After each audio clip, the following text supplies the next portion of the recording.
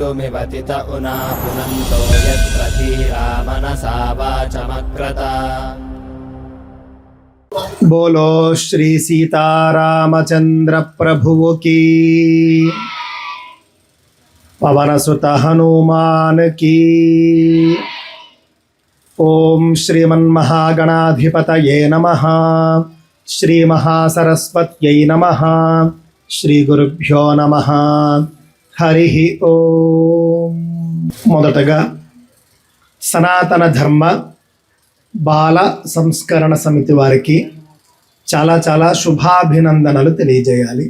వాటితో పాటుగా శుభ ఆశీస్సులు తెలియజేయాలి. ఎందుకు అనంటే ఇలాంటి అద్భుతమైనటువంటి కార్యక్రమాలు అందరూ చేయలేరు. కావున వారి యందు భగవంతుడి అనుగ్రహం ఎల్లప్పుడూ ఉండాలి అని కోరుకుంటూ, వారు ఇలాంటి అనేక కార్యక్రమాలు ఇంకా చేయాలి అని చెప్పేసి కూడా నేను కోరుకుంటూ ఉన్నాను. రెండవ విషయం, ఇక్కడ ఎవరెవరైతే పిల్లలు కూర్చున్నారో వాళ్ళందరి తల్లిదండ్రులకు కూడా చాలా శుభాభినందనలు తెలియజేయాలి. వారి అందరి యందు కూడా భగవంతుడి ఆశీస్సులు ఉండాలి అని కూడా నేను కోరుకుంటూ ఉన్నాను. ఎందుకు అనంటే మా పిల్లలకు ఈ విధమైనటువంటి సంస్కారం రావాలి, మా పిల్లలకు ఈ విధమైనటువంటి ఆధ్యాత్మికత అలవడాలి, మా పిల్లలు మంచి హిందువులుగా పెరగాలి, మంచి పౌరులుగా పెరగాలి అని తల్లిదండ్రులు కోరుకోబట్టి ఇక్కడ ఇంతమంది పిల్లలు వచ్చి కూర్చున్నారు. ఇంతమంది పిల్లలు ఉదయం నుండి హనుమాన్ చాలీసా పారాయణ చేస్తూ ఉన్నారు. ఇందాకనే మన శ్రీమతి అపర్ణ గారు చెప్పారు, ఇంతమంది పిల్లలు భగవద్గీత నేర్చుకుంటూ ఉన్నారు. ఇవన్నీ జరుగుతూ ఉన్నాయి అనంటే కనుక తల్లిదండ్రుల యొక్క విశేషమైన సంకల్ప బలం వల్లే జరుగుతుంది. దృష్టిలో పెట్టుకోండి. ఎందుకంటే ఈ విధమైనటువంటి సమితి వాళ్ళు పాపం చేద్దామని సంకల్పించినా చేయాలన్నా తల్లిదండ్రుల సహకారం లేకపోతే వాళ్ళు చేయలేరు. తల్లిదండ్రులు మాకెందుకండి ఇవన్నీ కూడాను, మా వాడికి మామూలు చదువు వస్తే చాలు, లేకపోతే మా వాడికి మార్కులు వస్తే చాలు, సర్టిఫికేట్లు వస్తే చాలు, ర్యాంకులు వస్తే చాలు, మంచి ప్యాకేజీతో ఉద్యోగం వస్తే చాలు అని చెప్పేసి తల్లిదండ్రులు అనుకుంటే కనుక ఇలాంటి కార్యక్రమాలు చేయలేరు. అవన్నీ అవుతాయి, అవన్నీ ఖచ్చితంగా అవుతాయి. కాకపోతే ఈ విధమైనటువంటి ఆధ్యాత్మిక సాధనలో మీ పిల్లలు ఉంటే కనుక అవన్నీ మరిన్ని రెట్లు అద్భుతంగా జరుగుతాయి తప్ప వీటి వల్ల అవి తగ్గిపోవడం అనేది ఉండదు. దృష్టిలో పెట్టుకోండి. చాలా మంది ఏమనుకుంటారంటే రోజు ఒక గంటన్నర భగవద్గీత కార్యక్రమానికి, భగవద్గీత క్లాస్కి పంపించండి అని చెప్పేసి పాపం వాళ్ళు వచ్చి సమితి వాళ్ళు మిమ్మల్ని అడిగారు అనుకోండి, పేరెంట్స్ని అడిగారు అనుకోండి, మా వాడికి 10th ఎగ్జామ్ ఉందండి, 9th ఎగ్జామ్ ఉందండి, 7th ఎగ్జామ్ ఉందండి, ఇప్పుడు పంపించాలంటే అలాగా అక్కడ మార్కులు తగ్గిపోతాయి, లేకపోతే ఇప్పుడు మీరు పంపిస్తే కనుక కాన్సన్ట్రేషన్ దెబ్బతాయి. ఏమీ దెబ్బతినదు. అంతా కూడా మన యొక్క అజ్ఞానం తప్ప, మన యొక్క భ్రమభ్రాంతి తప్ప. మీరు రోజు 1 గంట సేపు పరీక్షల సమయంలో కూడా భగవద్గీతకు కేటాయించేట్టు మీ పిల్లలను కనుక మీరు చేస్తే మార్కులు 4 పెరుగుతాయి తప్ప తగ్గవు. దృష్టిలో పెట్టుకోండి. ఎందుకనేది చెబుతాను. ఆధ్యాత్మిక సాధన అనేది చాలా విశేషమైనటువంటి సాధన. ఒక 4 గంటల పాటు చదివి ఒక అరగంట పాటు వాడు ఆంజనేయ స్వామిని ఉద్దేశించి శ్లోకమో స్తోత్రమో వాడు పారాయణ చేసుకున్నాడు అనుకోండి, వాడు చదివినది తొందరగా వాడికి గుర్తుంటుంది. గుర్తు ఉన్నది పరీక్షలో ఖచ్చితంగా వాడు గుర్తు తెచ్చుకుని వ్రాయగలుగుతాడు. పరీక్షలో వాడు వ్రాయవలసినటువంటి క్వశ్చన్స్ కూడా వాడికి వచ్చినవే అక్కడ కూడా వస్తాయి. ఇదంతా కూడా మీకు దైవానుగ్రహంతో జరుగుతుంది, అంతే తప్ప సాధారణంగా జరగదు. పైగానండి మరొక ముఖ్యమైనటువంటి విషయం, తల్లిదండ్రులు శ్రద్ధగా వినాలి, పిల్లలు శ్రద్ధగా వినాలి. ఎందుకంటే ఎవరైతే శ్రద్ధగా వింటారో పిల్లలందరూ ఒకసారి గుర్తుంచుకోండి, ఎవరైతే శ్రద్ధగా వినడం నేర్చుకుంటారో ముందు వాళ్ళు జీవితంలో పైకి వస్తారు. విన్న వాళ్ళు తెలుసుకుంటారు. తెలుసుకున్న వాళ్ళు మాత్రమే ఆచరించడానికి వీలవుతుంది, 10 మందికి చెప్పడానికి వీలవుతుంది. రేపన్ననాడు మీలో చాలామంది టీచర్స్ అవుతారు, మాస్టర్స్ అవుతారు, డాక్టర్స్ అవుతారు, పోలీసులు అవుతారు. మిమ్మల్ని కూడా మీ పొజిషన్లో ఎక్కడైనా పిలిచి మాట్లాడమంటారు ఇలాగే. అప్పుడు మీరు మాట్లాడాలి అని అంటే మీకు ఒక 4 విషయాలు తెలిసి ఉండాలి. అందువల్ల శ్రద్ధగా ఎవరైతే వింటాడో వాడే బాగుపడతాడు జీవితంలో. అందువల్ల మనం ముందుగా శ్రద్ధగా వినడం నేర్చుకోవాలి. ఈ విధంగా పరీక్షల్లో కూడా మంచి మార్కులు రావడానికి ఆధ్యాత్మిక సాధన, భగవద్గీత నేర్చుకోవడం అనేది జీవితంలో ఎలా ఉపయోగపడుతుందో చెబుతాను. అందరూ కూడా శ్రద్ధగా వినండి. చాలామంది సాఫ్ట్వేర్ ఇంజనీర్లు, పెద్ద పెద్ద ఉద్యోగాల్లో ఉన్నవాళ్ళు, వాళ్ళకి నెలకి 2 లక్షలు 3 లక్షలు అలా జీతాలు వచ్చేటటువంటి వాళ్ళు వాళ్ళ జీవితంలో ఏదైనా ఒక చిన్న సమస్య రాగానే ఠక్కని వీళ్ళంతా కూడా ఆత్మహత్య చేసేసుకోవడం. అదేమిటి, జీవితంలో సమస్య అనేది రావడం కామన్ కదా, సమస్య లేని జీవితం ఎలా ఉంటుంది? సాక్షాత్తు మహావిష్ణువే మనిషిగా అవతరించినా కూడా రాముడుగానో కృష్ణుడుగానో ఆయనకు సమస్యలు వస్తాయి కదా, ఆయన కూడా ప్రాబ్లమ్స్ని ఫేస్ చేస్తాడు కదా. అలాంటప్పుడు ప్రాబ్లం లేని లైఫ్ ఎలా ఉంటుంది అనేటటువంటి కనీస అవగాహన లేక చాలామంది ఏం చేస్తూ ఉన్నారంటే, ఒక పెద్ద సమస్య ఏదో వస్తే ఇంకా నేనేం చేయలేనని చెప్పేసి వెంటనే బావిలో దూకేస్తున్నారు. బావిలో దూకడానికి బావులు లేవు, ఇప్పుడు బావిలో దూకటం లేదు, ఇతర మోడర్న్ మార్గాలు ఎంచుకుంటూ ఉన్నారు. ఆ విధంగా ఆత్మహత్య చేసుకుంటూ ఉన్నారు. ఎందుకు అనంటే, చిన్నప్పటి నుండి మనం పిల్లలకు తగిన ఆధ్యాత్మిక సాధన ఇవ్వకపోవడం వల్ల, భగవద్గీత తెలియకపోవడం వల్ల, భగవద్గీత శ్లోకాలు కంఠస్థం చేయకపోవడం వల్ల. చాలామంది ఏమంటారంటే, భగవద్గీత శ్లోకాలు కంఠస్థం చేసేస్తే ఏమవుతుందండి, కంఠస్థం చేస్తే అన్నీ వస్తాయి, అది తెలుసుకుని ఆచరించాలి. తెలుసుకోవడము ఆచరించడం తర్వాత ముందు కంఠస్థం రావాలి కదా. ఇప్పుడు ఒక భగవద్గీత శ్లోకం తీసుకోండి. విద్యా వినయ సంపన్నే బ్రాహ్మణే గవిహస్తిని శునిచైవ శ్వపాకేచ పండితాః సమదర్శినః. వచ్చా ఈ శ్లోకం? ఇక్కడ ఉన్న వాళ్ళకి ఎవరికి వచ్చు? ఏ అధ్యాయాలు అయ్యాయండి భగవద్గీత? అందరికీ 15వ అధ్యాయం అయిందా? అహం వైశ్వానరో భూత్వా ప్రాణినాం దేహమాశ్రితః ప్రాణాపాన సమాయుక్తః పచామ్యన్నం చతుర్విధం. ఎంత అద్భుతమైనటువంటి శ్లోకం ఇది. ఇప్పుడు ఈ శ్లోకం ఉంది, ఈ శ్లోకానికి అర్థం ఏమిటి అనేది చెబుతాను. నేను మీకు అర్థం ఎందుకు చెబుతానంటే, ఈ శ్లోకం మీకు కంఠస్థం వచ్చు కాబట్టి చెబుతాను. మీ కంఠస్థం రాకపోతే నేను మీకు అర్థం చెప్పను. ఎందుకు చెప్పను? మీకు కంఠస్థం లేనటువంటి శ్లోకానికి నేను అర్థం చెబితే అర్థం మీకు గుర్తుండదు, అంతే కదా. ఏదైనా ఒక శ్లోకం మనకు బైహార్ట్ అయ్యి మన మైండ్లో ఉంటేనే దాని అర్థం మనం తెలుసుకుంటే మనకు గుర్తుంటుంది. అందుకు కంఠస్థం చేయాలి. అంతేకాని కంఠస్థం చేస్తే ఏమొస్తుందండి? దాన్ని అర్థము తెలుసుకుని ఆచరిస్తే వస్తుంది, అది కూడా వాస్తవమే. కానీ మన యొక్క సనాతన గ్రంథాలు ఎలా ఉంటాయంటే, భగవద్గీత కావచ్చు, వేదాలు కావచ్చు, ఇవన్నీ కూడాను ఆ యొక్క శబ్దాలు, సంస్కృత శబ్దాలు, సంస్కృత వాక్యాలు, అవి మనం చదవడం వల్ల, పారాయణ చేయడం వల్ల, ఆ శబ్దాలు అక్షరాలు పఠించడం వల్ల, దాని వల్ల కూడా మనకు మైండ్కి చాలా చాలా ఉపయోగం అవుతుంది, మన బ్రెయిన్కి చాలా ఉపయోగం అవుతుంది. మీరు గూగుల్లో కావలిస్తే కొట్టి చూడండి, ఎవరైనా సరే సంస్కృత వాక్యములు పఠించడం వల్ల హ్యూమన్ బాడీ, మానవ శరీరం మీద ఏ విధమైనటువంటి ప్రభావం చూపుతుంది, నరాలు ఏ విధంగా బలవంతం అవుతాయి, ఇతర ఆరోగ్య సమస్యల నుండి మనం ఎలా బయటపడతాం, కేవలం మీరు శ్లోకాలు చెబితే చాలు. సంస్కృత భాషకు, సంస్కృత పదాలకు ఉన్నటువంటి గొప్పతనం అది.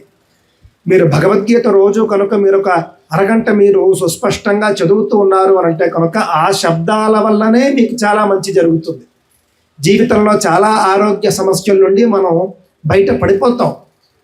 అది కూడా ఎలాగానే చెబుతాను. ఈ మధ్య అందరూ చూసారో లేదో, కేరళకి చెందినటువంటి ఒక క్రిస్టియన్ ఆవిడ ఒక టీవీ ఛానల్కి సంబంధించినటువంటి రియాలిటీ షోలో లలితా సహస్రం శ్లోకాలు చెప్పింది. లలితా సహస్రం శ్లోకాలు చదువుతూ ఆవిడ అక్కడ ఒక షో లాగా చేసింది. ఆవిడ ఏం చెప్పిందంటే, నాకు ఒక రకమైనటువంటి ఆరోగ్య సమస్య ఉండేది ఊపిరితిత్తులకు సంబంధించి, లలితా సహస్రం చదవడం మొదలుపెట్టిన తరువాత నాకు ఆ సమస్య పోయింది అని ఒక క్రైస్తవ మహిళ చెప్పుకుంది. అది ఎలా జరిగిందో చెప్తాను మీకు నేను. శ్రీమాత శ్రీ మహారాజ్ఞి శ్రీమత్ సింహాసనేశ్వరి, అందరికీ వచ్చు కదండి. చిదగ్నికుండ సంభూత దేవ కార్య సముద్యత ఉంది. మీరు మొత్తం 183 శ్లోకాలు ఉంటాయి లలితా సహస్రంలో. 183 శ్లోకాలు, దానికి డబల్ వాక్యాలు ఉంటాయి. మీరు ఏ ఒక్క వాక్యాన్నైనా సరే మీరు లెక్కబెట్టి చూసుకోండి. శ్రీమాత శ్రీ మహారాజ్ఞి శ్రీమత్ సింహాసనేశ్వరి, ప్రతి వాక్యంలో కూడా 16 అక్షరాలు ఉంటాయి. మీకు అన్ని వాక్యాలు అలాగే ఉంటాయి. ఒక అక్షరం తక్కువ ఉండదు, ఒక అక్షరం ఎక్కువ ఉండదు. ప్రతి వాక్యంలోనూ 16 అక్షరాలు ఉంటాయి.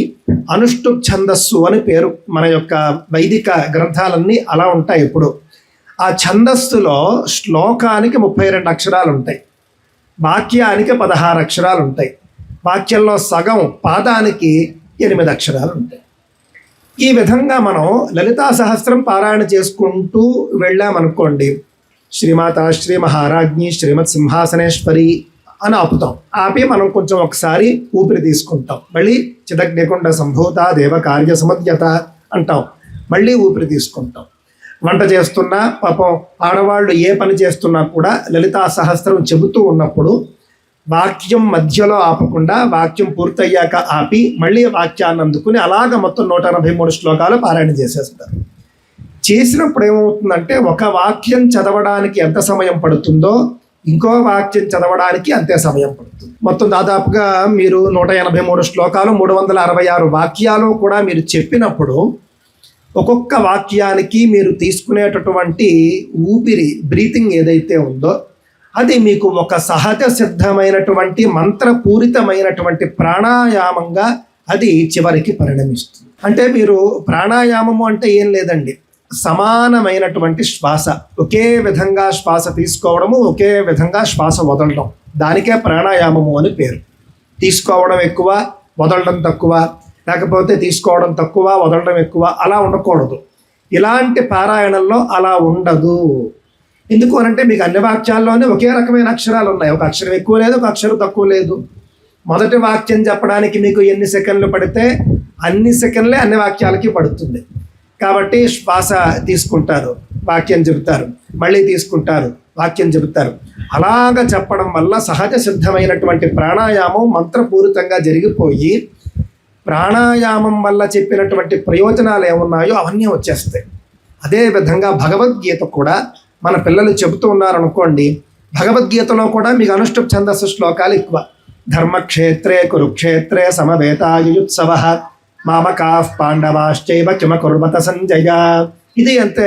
ఒకసారి మీరు లెక్కేశారనుకోండి, మొదటి వాక్యంలో 16 అక్షరాలు ఉంటాయి, రెండో వాక్యంలో 16 అక్షరాలు ఉంటాయి. అనుష్ఠుప్ ఛందస్సు. కావున ఆ విధంగా సంస్కృత వాక్యాలు శ్లోకాలు పారాయణ చేస్తూ ఉండడం వల్ల సహజ ప్రాణాయామం జరుగుతుంది, రక్త ప్రసరణ సరిగ్గా సవ్యంగా జరుగుతుంది, అనేక విధాలైనటువంటి ఆరోగ్య సమస్యలు రావు. రాసి పెట్టుకోండి. అందువల్ల మీ పిల్లలు పరీక్షల సమయంలో కూడా భగవద్గీత చదివినా వాళ్లకు అది ప్లస్ అవుతుంది తప్ప మైనస్ అవ్వదు. దయచేసి అలా భావించకండి ఎవరు కూడా. అలా భావిస్తే మన ధర్మశాస్త్రాలకి, మన భగవద్గీతకి, మన వేదాలకి, మన ఉపనిషత్తులకి మనమే విలువ తక్కువగా ఇచ్చిన వాళ్ళం అవుతాం. అందువల్ల పరీక్షల్లో కూడా భగవద్గీత వాళ్ళు నేర్చుకుంటే వాళ్ళ బ్రెయిన్ మరింత పవర్ఫుల్గా పనిచేస్తుంది పరీక్షల సమయానికి. భగవద్గీత గొప్పతనం అది. మొట్టమొదటి శ్లోకంలో మొట్టమొదటి వాక్యం ఏమిటండి? అందరికీ వచ్చు కదా. మొట్టమొదటి అధ్యాయంలో ధృతరాష్ట్ర ఉవాచ. చాలామందికి ఆశ్చర్యం వేస్తుందండి. మా అబ్బాయి ఒకసారి అడిగాడు, ధృతరాష్ట్ర ఉవాచ ఏంటి మొదట అంటే, సహజంగా భగవాన్ ఉవాచలు కదా ఎక్కువ ఉంటాయి అని చెప్పేసి అడిగాడు. అడిగితే అప్పుడు ఆలోచించాను నేను, అవును, భగవద్గీత ధృతరాష్ట్ర ఉవాచతో మొదలవుతోంది. భగవంతుడు చెప్పినటువంటి భగవద్గీత ధృతరాష్ట్ర వచనంతో మొదలవడం ఏమిటి? మనకు ఆశ్చర్యం వేయక మానదు. ధృతరాష్ట్రుడు అనేటటువంటి వ్యక్తి ఒక దుర్బుద్ధికి ఒక స్వరూపం. అతని బుద్ధి మంచిది కాదు. ఆ విధంగా ఒక చెడుకు సంకేతం. ధృతరాష్ట్రుడి వల్లనే దుర్యోధనాది కౌరవులు అలా తయారయ్యారు అని చెప్పేసి చాలాసార్లు కృష్ణుడు మందలిస్తాడు, విదురుడు మందలిస్తాడు. అంటే నీ వల్లే నీ పిల్లలు అలా తయారయ్యారయ్యా, నువ్వు బాగానే ఉంటే వాళ్ళు బాగానే ఉండేవారు అని చెప్పి తిడుతూ ఉండేవాడు. కావున ధృతరాష్ట్రుడు అనేటటువంటి చెడును మన జీవితంలో దాటితేనే మనకు భగవాను వాచ అనేటటువంటి భగవంతుడి వాక్యం మనకు దగ్గరవుతుంది. చెడును దాటితేనే మనం మంచిని చేరగలము అని మనకు భగవద్గీత వాక్య నిర్మాణంలోనే తెలియజేస్తున్నది. ధృతరాష్ట్రుడిని దాటితేనే మీకు సంజయుడు వస్తాడు, సంజయుడిని దాటితేనే మీకు అర్జునుడు వస్తాడు, అర్జునుడిని దాటితేనే భగవంతుడు వస్తాడు. భగవంతుడు మనకి డైరెక్ట్గా దర్శనం ఇచ్చాడు. మంచి అనేది మనకి డైరెక్ట్గా అయిపోతుంది. రండి అని చెప్పేసి మనకు ఎవరు ఉపకారం చేయరు. మనం ఇవన్నీ దాటుకుని వెళితే మనకు భగవంతుడు దగ్గర అవుతాడు. మొదట మీకు భగవద్గీతలో ఏముంటుంది? ధృతరాష్ట్ర ఉవాచ ఉంటుంది. ధృతరాష్ట్రుడు చెడుకు సంకేతము. ఆ తర్వాత ఏముంటుంది? సంజయ ఉవాచ ఉంటుంది. సంజయుడు మంచి మనిషికి సంకేతం. ఆ తర్వాత అర్జున ఉవాచ ఉంటుంది. అర్జునుడు భగవంతుడికి దగ్గరగా ఉన్నటువంటి ఒక మంచి మనిషికి సంకేతం. ఆ తరువాత భగవాను వాచం ఉంటుంది. అప్పుడు మనం భగవంతుడిని చేరతాం. కావున చెడును దాటాలి, మంచి మనిషిని చేరాలి. ఆ తర్వాత మళ్ళీ మంచి మనిషి నుండి భగవంతుడికి దగ్గరగా ఉండే ఒక మనిషిని చేరాలి. ఆ తరువాత మాత్రమే మనం భగవంతుడిని చేరగలుగుతాము అని మనకు భగవద్గీత చెబుతుంది. సరే, ఇప్పుడు ఇంతమంది పిల్లలు ఇక్కడ ఉన్నారు. మీ అందరికీ కూడా ఆంజనేయ స్వామి అంటే ఇష్టమేనా? ఆంజనేయ స్వామి అంటే ఎంతమందికి ఇష్టమో ఒకసారి చేతులు ఎత్తండి. అందరూ ఎత్తారా? అందరికీ ఆంజనేయ స్వామి అంటే ఇష్టం. ఆంజనేయ స్వామి కాకుండా వేరే దేవుళ్ళు మాకు ఇష్టము అని ఎవరైనా అంటే ఒక్కసారి చేతులు ఎత్తండి. ఆంజనేయ స్వామి ఇష్టం వాళ్ళు దింపేసి మాకు ఫలానా దేవుడు అంటే ఇష్టము అని. నీకేం దేవుడు ఇష్టం నాన్న? నీకెవరంటే ఇష్టం? చేయెత్తావు కదా. ఎవరంటే ఇష్టం? ఓం నమ శివాయ, శివుడు అంటే ఇష్టం. నీకమ్మా సరస్వతీదేవి అంటే ఇష్టం. నీకు నాన్న? ఓ, చాలా సంతోషం, చాలా సంతోషం. ఈ విధంగా ఒక్కొక్కళ్ళకి ఒక్కొక్క దేవుడు అంటే ఇష్టం. కానీ అందరూ ఆంజనేయ స్వామి అంటే ఇష్టం అనే చెప్పారు. ఆంజనేయ స్వామి ఇష్టం లేదు అన్న వాళ్ళు ఎవరైనా ఉన్నారో ఒకసారి చేతులు ఎత్తండి. ఆంజనేయ స్వామి అంటే మాకు ఇష్టం లేదు అన్నవాళ్ళు చేతులు ఎత్తండి. ఎవరు లేరు? మంచిది. ఆంజనేయ స్వామిని పూజించిన, ఆంజనేయ స్వామిని స్మరించిన మనకు ఏం వస్తుంది? మనకు వచ్చేటటువంటి ఫలితం ఏమిటి తెలుసా ఎవరికైనా? ఆంజనేయ స్వామిని పూజించడం వల్ల కానీ, ఆంజనేయ స్వామి నామాన్ని చెప్పడం వల్ల కానీ మనకు కలిగే ఫలితం ఏమిటి నీకు తెలుసా అమ్మా? చెప్పు, తెలిస్తే.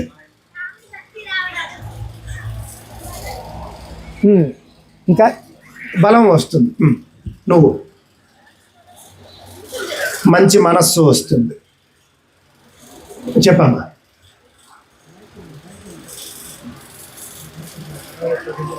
రాముడు యందు భక్తి వస్తుంది. చాలా సంతోషం. రాముని భక్తి వస్తుంది. బుద్ధి వస్తుంది.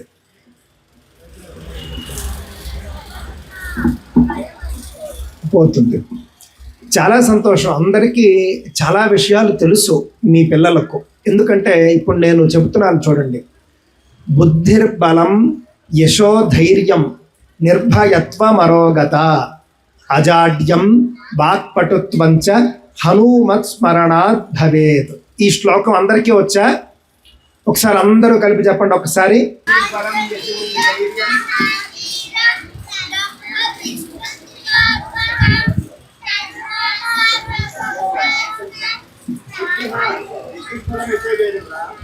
బుద్ధిర్బలం వచ్చా నాన్న? బుద్ధిర్బలం యశోధైర్యం నిర్భయత్వమరోగత అజాడ్యం వాక్పటుత్వం చ హనుమత్ స్మరణాత్ భవేత్. ఆంజనేయ స్వామిని స్మరించడం వల్ల కానీ, పూజించడం వల్ల కానీ ఏమేమి వస్తాయి అనంటే బుద్ధి. మొదట మంచి బుద్ధి వస్తుంది. ఆ తర్వాత బలం వస్తుంది, మంచి బలం వస్తుంది. యశః, యశస్సు అంటే కీర్తి, మంచి పేరు. మీకు మంచి పేరు వచ్చింది అనుకోండి, తల్లిదండ్రులు చాలా సంతోషపడతారు కదా.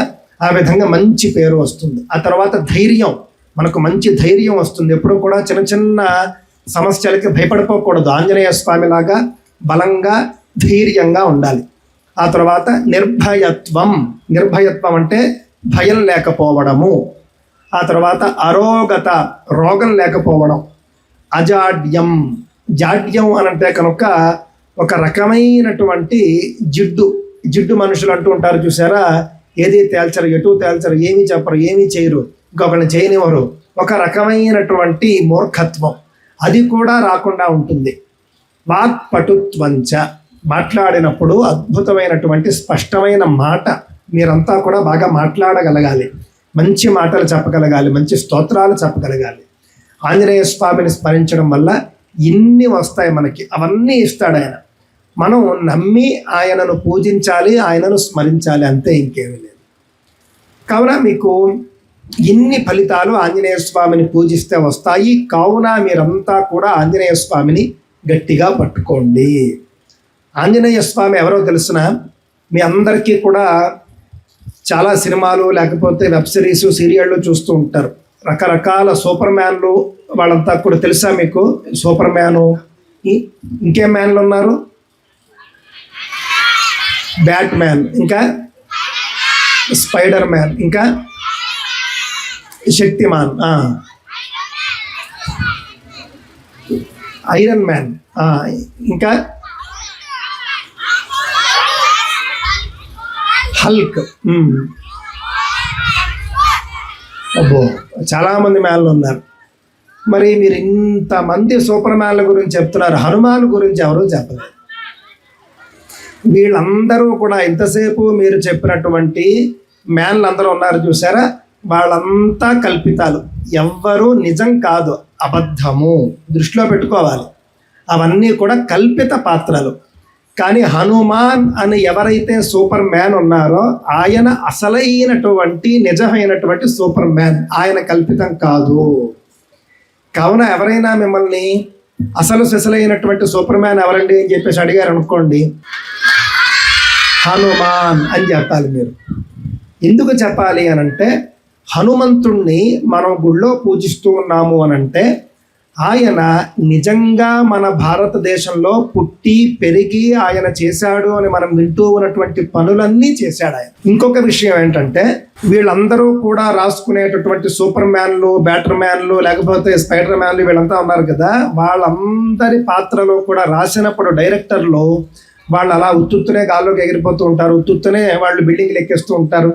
అవన్నీ కూడా వాళ్ళు రామాయణంలో సుందరకాండలో ఆంజనేయ స్వామి చేసినటువంటి పనుల్ని చూసి చదివి వాళ్ళు అప్పుడు ఈ యొక్క కల్పిత పాత్రలకి వాళ్ళు స్క్రిప్ట్ రాసుకున్నారు. అవన్నీ ఆంజనేయ స్వామి చేసిన పనులు, ఆంజనేయ స్వామి రియల్ లైఫ్లో చేసినటువంటి పనులు వీళ్ళంతా కూడా రియల్ లైఫ్లో చేసినట్లుగా మనం సినిమాల్లోనూ సీరియళ్లలోనూ చూసాం. సుందరకాండలో మీరు చూసారనుకోండి, మొట్టమొదట ఏం చేస్తాడు సుందరకాండలో తెలిసే ఎవరికైనా? సముద్రాన్ని దాటుతాడు. ఆయన మొట్టమొదట ఏం చేస్తాడంటే సముద్ర లంఘనం చేస్తాడు. చాలా పెద్దది, శతయోజనముల పరిమితము గల జలనిధి నవలీల దాటిపోగల అని దాంట్లో ఉంటుంది మనకి. శతయోజనాలంటే అసలు మామూలు విషయం కాదు. ఒక యోజనం అంటే దగ్గర దగ్గర 12 కిలోమీటర్లు. 12 కిలోమీటర్లు ఇంటూ 100 అంటే మీకు 1200 కిలోమీటర్లు. 1200 కిలోమీటర్ల సముద్రాన్ని ఆయన దాటుకుని అటువైపుకి వెళ్ళాడు. ఎలా దాటాడు? విమానం ఎక్కాడా, షిప్ ఎక్కాడా, ఈదేడా? ఏమీ చేయలేదు. ఎగురుకుంటూ రైన్ వెళ్ళిపోయాడు అన్నమాట. చాలా ఫాస్ట్గా వెళ్ళిపోయాడు.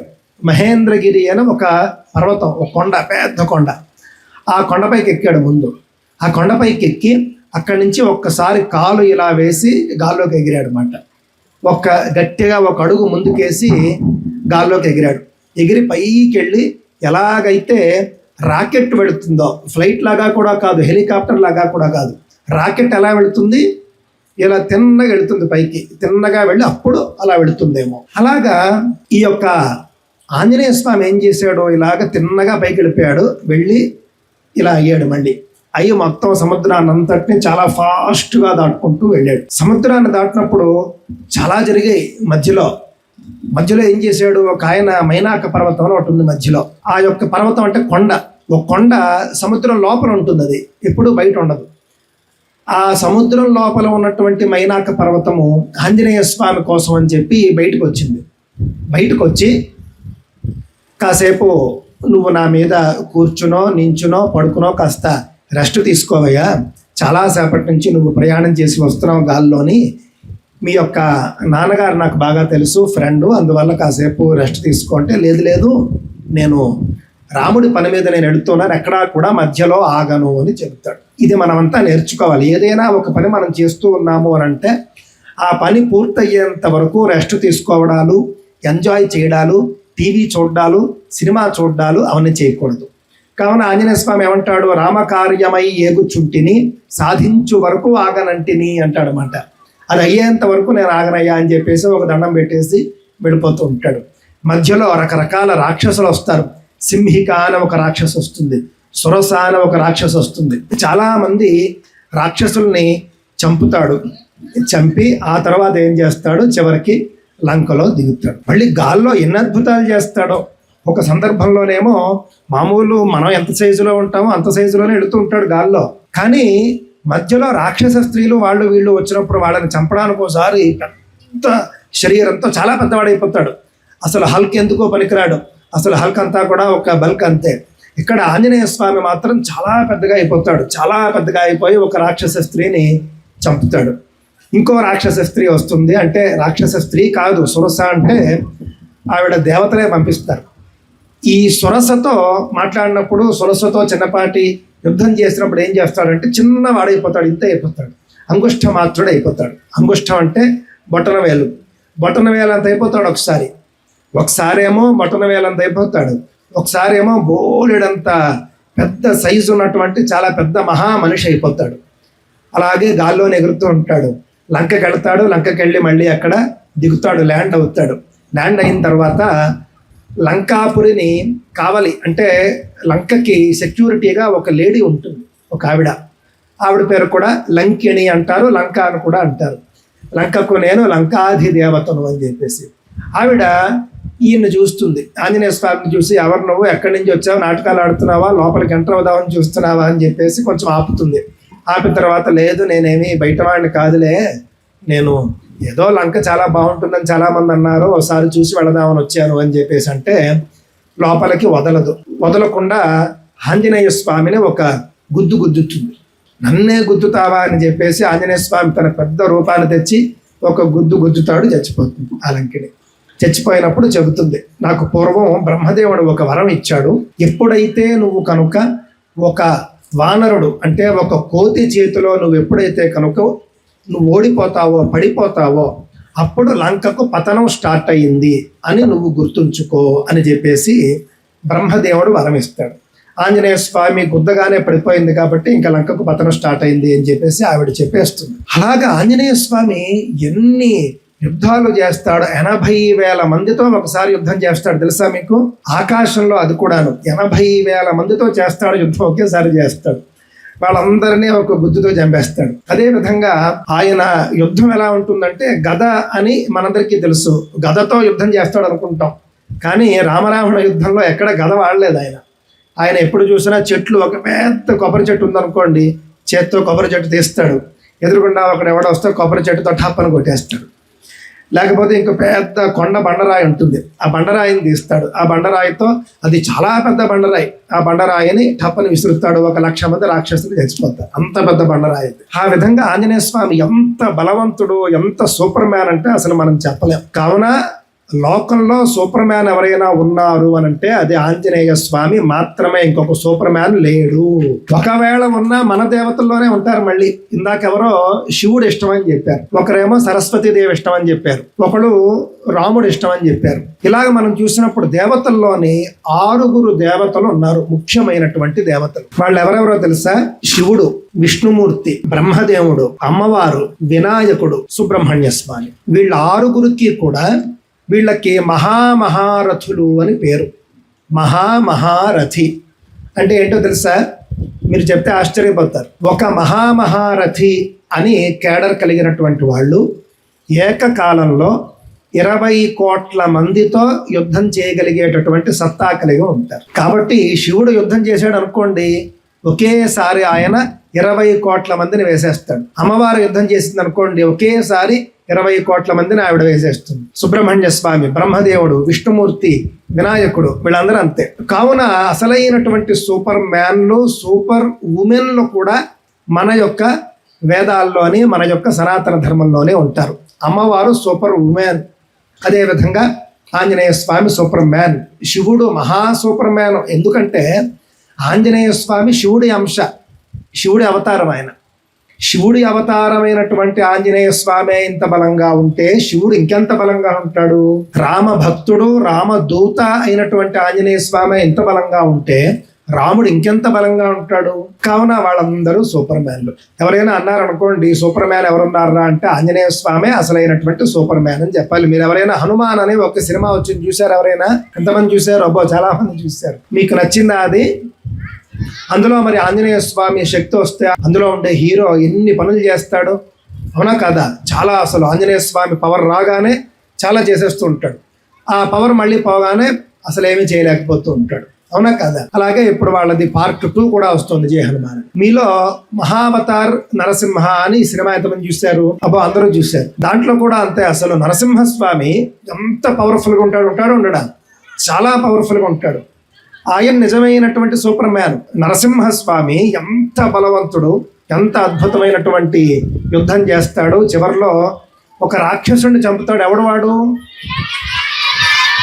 హిరణ్యకశ్యపుడు. అబ్బా, మీకు చాలా విషయాలు తెలుసు. ఇప్పుడు వాళ్ళదే ఇంకా చాలా సినిమాలు వస్తూ ఉన్నాయి. వాళ్ళది తర్వాత ఇంకో సినిమా వస్తుంది. ఏమిటి? మహావతార్ పరశురామ్. పరశురాముడు కూడా అంతే. అతను మామూలు సూపర్ మ్యాన్ కాదు. ఒక్కడే వెళతాడు యుద్ధంలో. సైన్యం ఉండదు, ఏం ఉండదు. ఒక గొడ్డలి, బంగారు గొడ్డలి ఉంటుంది, ఒకటి గండ్ర గొడ్డలి ఉంటుంది. మీకు గొడ్డలు అంటే తెలుసు కదా. ఇప్పుడు చాలా సినిమాల్లో ఒక డైరెక్టర్ ఒక ఆయన ఉంటాడు, బోయపాటి శ్రీన్ అని చెప్పి. ఆయన ఏం చేస్తాడంటే చాలా సినిమాల్లో కొత్త కొత్త ఆయుధాలు తెస్తూ ఉంటాడు. ఆయన ఒక సినిమాలో గొడ్డలు కూడా ఆయనది ఆయుధమే. మీరు చూసారా లేదా? ఆయన గొడ్డలి ఆయుధంగా ఆయన ఎలా ఎంచుకున్నాడు అంటే పరశురాముడు చూసి ఎంచుకున్నాడు. పరశురాముడు పరమశివుడు గురించి తపస్సు చేస్తాడు. తపస్సు చేసి ఈ విధంగా మా నాన్నగారిని అన్యాయంగా చంపేశారు, కావున నేను ఈ యొక్క క్షత్రియులను అంతమొందిస్తాను, నాకు శక్తిని ఇమ్మని అడుగుతాడు. అప్పుడు పరమశివుడు ఒక బంగారు గండ్ర గొడ్డలు ఇస్తాడు. ఈ గొడ్డలు పట్టుకున్న యుద్ధానికి వెళ్ళావంటే ఇంక నేను ఎవరు ఆపలేరని చెప్తాడు. ఆ విధంగా ఆయన ఒక్కడే సైన్యమై ఆ యొక్క బంగారు గొడ్డలి తీసుకుని ఏ యుద్ధానికి వెళ్ళిన లక్షలాది కోట్లాది సైన్యాన్ని ఆయన ఒంటి చేత్తో చంపేస్తాడు. అలాగే చంపేసి ఆయన మొత్తం భూమిని ఆయనే స్వాధీనం చేసుకుంటాడు. మొత్తం భూమండలానికి ఆయనే రాజు. ఇప్పుడు నేటి రోజుల్లో లాగా అక్కడ ట్రంప్, ఇక్కడ పుతిన్, ఇక్కడ మోడీ ఇలాగ ఎవరు లేరు. మొత్తం ఆయనదే. మొత్తం పరశురాముడు single king of the earth. అలాగా ఆయన అవతరించాడు. ఎలా అవతరించాడు అని అంటే కనుక ఆయన పరమశివుడి యొక్క అనుగ్రహంతో, తపస్సుతో అవతరించాడు. పరశురాముడు అసలైనటువంటి సూపర్ మ్యాన్. ఇప్పుడు ఆయనది సినిమా రాబోతోంది, తప్పక చూడండి. ఈ విధంగా ఎవరైనా కూడా సూపర్ మ్యాన్లు, స్పైడర్ మ్యాన్లు చెబితే అవన్నీ తప్పు, అవన్నీ కూడా కల్పితము అంటే ఏమిటి? స్క్రిప్టెడ్. అవి లేవు, ఊరికే రాసుకున్నారు. మనకి టీవీల్లో మాత్రమే ఉంటాయి. అవి ఏవి కూడా రియలిస్టిక్ పాత్రలు కాదు. మీరు కూర్చొని స్పైడర్ మ్యాన్ అని చెప్పి మీరు జపం చేశారనుకోండి, మీకేం పుణ్యం రాదు. అదే మీరు హనుమాన్ అని చెప్పి మీరు జపం చేశారనుకోండి, ఆయన అనుగ్రహంతో ఇందాక చెప్పినవన్నీ వస్తాయి మీకు. అంతే కదా? కావున మీరు జై హనుమాన్ అని చెప్పేసి చెప్పుకుంటూ ఉండాలి. లేదా ఒక మంత్రం ఒకటి చెబుతాను మీకు, చెప్పండి. అది ఓం నమో హనుమతే నమః. ఓం నమో హనుమతే నమః. ఓం నమో హనుమతే నమః. ఓం నమో హనుమతే నమః. ఈ మంత్రం మీరు చేసుకుంటూ ఉండాలి. ఎప్పుడు మీరు రోజు ఈ మంత్రం ఒక 108 సార్లు చేసుకున్నారనుకోండి, నేను ఇందాక చెప్పిన 8 మీకు వస్తాయి. బుద్ధిర్బలం యశోధైర్యం నిర్భయత్వం అరోగత అజాడ్యం వాక్పటుత్వం చ. ఇవన్నీ రావాలి కదా. మీకు చదువు బాగా రావాలి, పరీక్షల్లో మీరు బాగా మార్కులు సంపాదించాలి, మంచి ఉద్యోగం రావాలి, మంచి ప్యాకేజ్ రావాలి, జీతాలు రావాలి, అమ్మా నాన్నల్ని మీరు బాగా చూసుకోవాలి. మీరు ఎంత పైకి వెళ్ళినా కూడా అందరూ చేయవలసింది ఏమిటంటే సింగిల్ ఎజెండా, తల్లిదండ్రుల్ని బాగా చూసుకోవాలి. పెద్ద అయ్యాక మేము తల్లిదండ్రులు బాగా చూసుకుంటాము అన్న వాళ్ళ చేతులు ఎత్తండి ఒకసారి. ఓకే, దించండి. మేము పెద్ద అయ్యాక తల్లిదండ్రుల్ని చూసుకోము అన్న వాళ్ళ చేతులు ఎత్తండి ఒకసారి. ఎవరైనా ఉన్నారా? ఎవరు లేరు. అమ్మో, చాలా సంతోషం. మరి పెద్ద అయ్యాక కూడా ఇదే మాట మీద ఉండాలి. ఎందుకు అనంటే పెద్ద అయిపోయిన తర్వాత పాపం ఏంటంటే మనం మీ అందరికీ ఒక 25 ఏళ్ళు వస్తాయి. 25 ఏళ్ళు వచ్చిన తర్వాత మీకు ఒక ఉద్యోగం వస్తుంది. ఉద్యోగం వచ్చి చక్కగా ఉద్యోగం చేసుకుంటూ ఉంటారు, సంపాదిస్తూ ఉంటారు. మీ ఇంట్లో అమ్మా నాన్న ఉంటారు. అమ్మా నాన్న ఏమంటారు? నాన్న నువ్వు డబ్బు ఎక్కువగా ఖర్చు పెట్టద్దురా, లేకపోతే అది చేయొద్దురా, ఇది చేయొద్దురా అంటారు. వాళ్ళు ఎప్పుడూ మీ మంచి కోరుకుంటారు కాబట్టి వాళ్ళు అవే మాటలు చెప్తారు. ఆ సమయంలో మీరు ఈవిడ ఏదో ఒకటి చెబుతూ ఉంటుంది, ఈయన ఏదో ఒకటి చెప్తూనే ఉంటాడు, ఇలాగా ఈయన మన ఇంట్లో ఉండడం వద్దు లాంటి ఆలోచనలు ఎప్పుడూ చేయకూడదు. తల్లిదండ్రులు ఎప్పుడూ పిల్లల మంచే కోరుకుంటారు తప్ప ఇంకోటి కోరుకోరు. ఇది గట్టిగా అర్థం చేసుకోవాలి. కన్న తల్లి కన్న తండ్రి ఎప్పుడూ పిల్లల మంచి కోరుకుంటారంటే మీ మంచి కోరుకుంటారు. ఎప్పుడూ మీరు బాగుండాలి అని కోరుకుంటారు. ఆవిడ ఆకలిగా ఉంటుంది తల్లి, ఆవిడకి ఆకలి వేసినా కూడా కొంత ఆహారం ఉంటే ముందు మీకే పెట్టేస్తున్నావునా కాదా? ముందు మీరు తిన్నాక అప్పుడు తల్లి తింటుంది. కావున తల్లిదండ్రులు నడిచే దైవాలు అని గుర్తుపెట్టుకోవాలి. వేదం ఏం చెబుతుందంటే మాతృదేవో భవ, పితృదేవో భవ, ఆచార్య దేవో భవ, అతిథి దేవో భవ అని 4 వాక్యాలు చెబుతుంది. ఈ 4 వాక్యాలకి అర్థం ఏమిటి?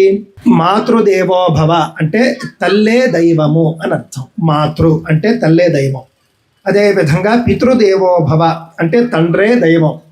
ఆచార్య దేవో భవ చదువు చెప్పేటటువంటి గురువు దైవం. టీచర్ అయినా మాస్టర్ అయినా ఎవరైనా సరే వాళ్ళు దైవం. వాళ్ళు ముగ్గురిని కూడా ఎప్పుడు దండం పెట్టాలి. ఇప్పుడు మీరు ఎప్పటికే పెడుతున్నారు రోజు అని చెప్పారు నాతో. రోజు తల్లిదండ్రులకి కాళ్ళకి దండం పెట్టి ఆశీస్సులు తీసుకుంటున్నారా? ఎంతమంది తీసుకుంటున్నారు? చేతులు ఎత్తండి. పోన్లే, చాలా మంది సత్యం చెబుతున్నారు, మేము తీసుకోవటం లేదండి అని పాపం చాలా మంది ఒప్పుకున్నారు. ఇది మంచిది. ఎప్పుడు కూడా అబద్ధం ఆడకూడదు. రోజు తల్లిదండ్రులకి దండం పెట్టండి. లేదా కనీసం పరీక్షలకు వెళుతున్నప్పుడు, లేకపోతే స్కూల్కి వెళుతున్నప్పుడు, మీరు రోజు స్కూల్కి వెళ్తారు కదా, రోజు స్కూల్కి వెళితే రోజు దండం పెట్టి స్కూల్కి వెళుతూ ఉండండి. అప్పుడు తల్లి ఏమంటుంది? నువ్వు బాగా చదువుకోవాలి, బాగా పైకి రావాలంటుంది. అంటుందా? అందా? అలా అన్నప్పుడు మీకు బాగా చదువు వస్తుంది. వాళ్ళ ఆశీస్సులు ఎల్లప్పుడూ మీ మీద ఉండాలి. అదేవిధంగా మన సనాతన ధర్మ బాల సంస్కరణ సమితి వారు నేర్పిస్తూ ఉన్నట్లుగా భగవద్గీత నేర్చుకోండి. అలాగే హనుమాన్ చాలీసా అందరికీ కంఠస్థం వచ్చా? కంఠస్థం వచ్చిన వాళ్ళు చేతులు ఎత్తండి. ఓకే, ఇప్పుడు దించేసి రాని వాళ్ళు చేతులు ఎత్తండి. మాకు కంఠస్థం రాదన్న వాళ్ళు చేతులు ఎత్తండి. మీరు నేర్చుకోండి, తొందరలోనే కంఠస్థం చేయండి. భగవద్గీత ఇందాక మేడం చెబుతూ ఉన్నారు, 12వ అధ్యాయము 15వ అధ్యాయము నేర్చుకున్నారు అని. ఈ 2 వచ్చిన వాళ్ళు చేతులు ఎత్తండి ఒకసారి. కొంతమందికి వచ్చు. భగవద్గీతలో చాలా అద్భుతమైనటువంటివి ఉంటాయి. అందులో ఒక ముఖ్యమైన శ్లోకం నేను మీకు చెప్తాను. ఉదయం అందరూ లేచిన వెంటనే కరాగ్రే వసతే లక్ష్మీ చేస్తున్నారా? ఎలా చేస్తున్నారో ఒకసారి చేసి చూపించండి.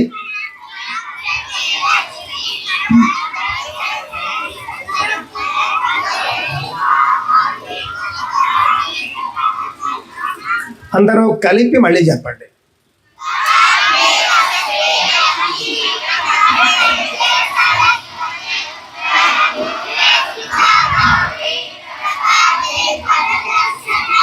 ఓకే, తర్వాత ఏం చేస్తున్నారు?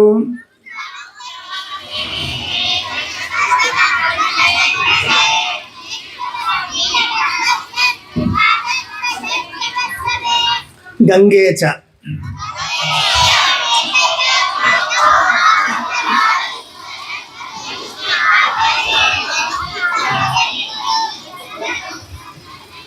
అందరూ కలిపి చెప్పట్లేదు. సరే, నేను చెబుతాను, నాతో పాటు అందరూ కలిపి చెప్పండి.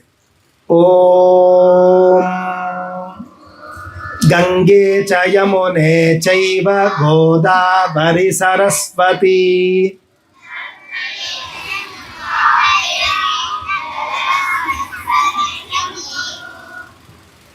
శ్రీరామ రామ రామేతి.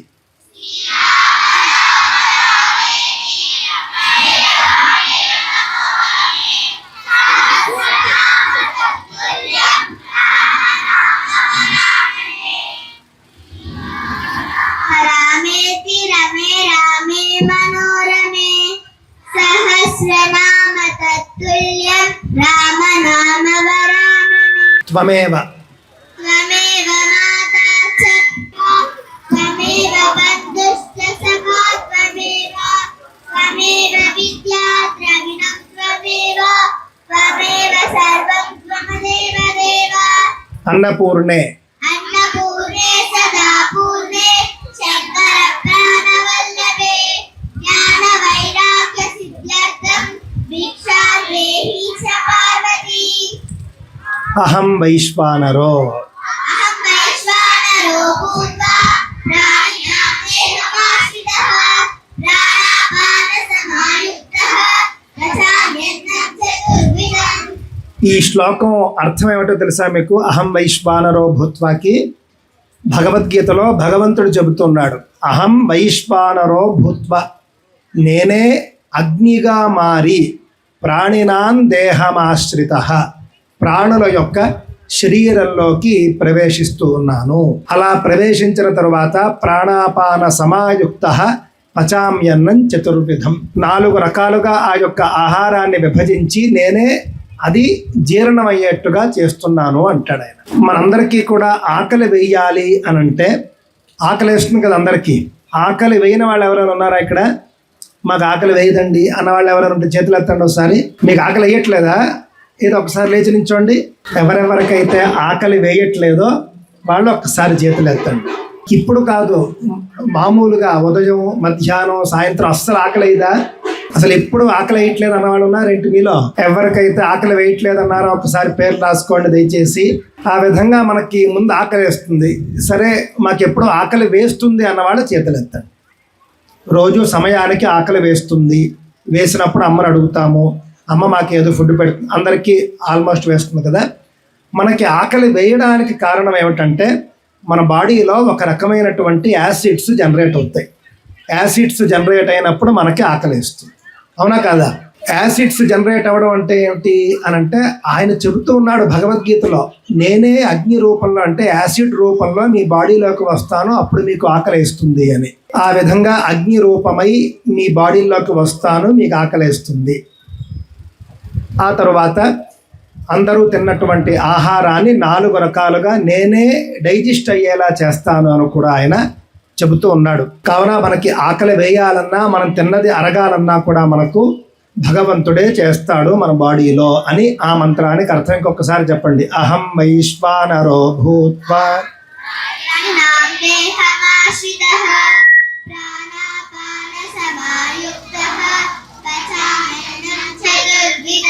అసతో మా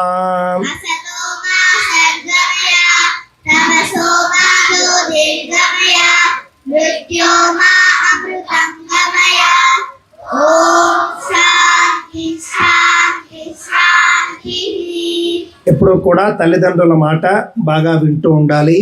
చదువు చెప్తున్నటువంటి గురువుగారి మాట బాగా వినాలి, పెద్దవాళ్ళ మాట వినాలి. అప్పుడే అందరూ కూడా పైకి వస్తారు, మీరు కోరుకున్న విధంగా అందరూ కూడా బాగుంటారు అనే అంశాన్ని అందరూ గుర్తుంచుకోండి. మళ్ళీ నేను వచ్చేప్పటికీ భగవద్గీత అంతా కూడా మీరు కంఠస్థం చేస్తే చాలా బాగుంటుంది అని చెప్పేసి నేను తెలియజేసుకుంటూ స్వస్తి. స్వస్తి ప్రజాభ్యః పరిపాలయంతాం న్యాయేన మార్గేణ మహీం మహిషాః. గోబ్రాహ్మణేభ్యః శుభమస్తు నిత్యం. లోకాః సమస్తాః సుఖినో భవంతు. అందరూ చెప్పండి, లోకాః సమస్తాః సుఖినో భవంతు. స్వస్తి. బోలో భారత్ మాతా కీ, బోలో భారత్ మాతా కీ. జై శ్రీరామ్, జై శ్రీరామ్.